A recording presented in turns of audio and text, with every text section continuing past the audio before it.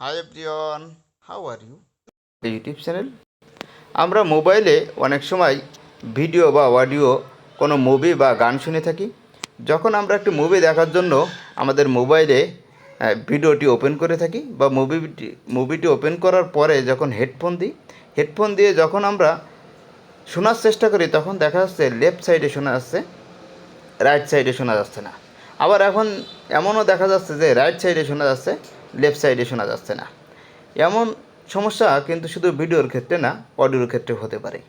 যারা এ ধরনের সমস্যা ফেস করছেন, তারা কিভাবে এই সমস্যাটি সলভ করবেন, আজকের ভিডিওতে খুব সহজে সেটি আমি আপনাদেরকে দেখিয়ে দেব। এর জন্য যে কাজটা করতে হবে, প্রথমে আপনি আপনার মোবাইলের ডিসপ্লেতে আসবেন এবং সেখানে পেয়ে যাবেন সেটিং অপশন। এই সেটিং অপশনে ক্লিক করে দেবেন। এখানে ক্লিক করার পরে আপনি উপরের দিকে সার্চ সেটিং নামে একটি অপশন পাবেন। এখানে টাইপ করবেন অ্যাক্সেসিবিলিটি।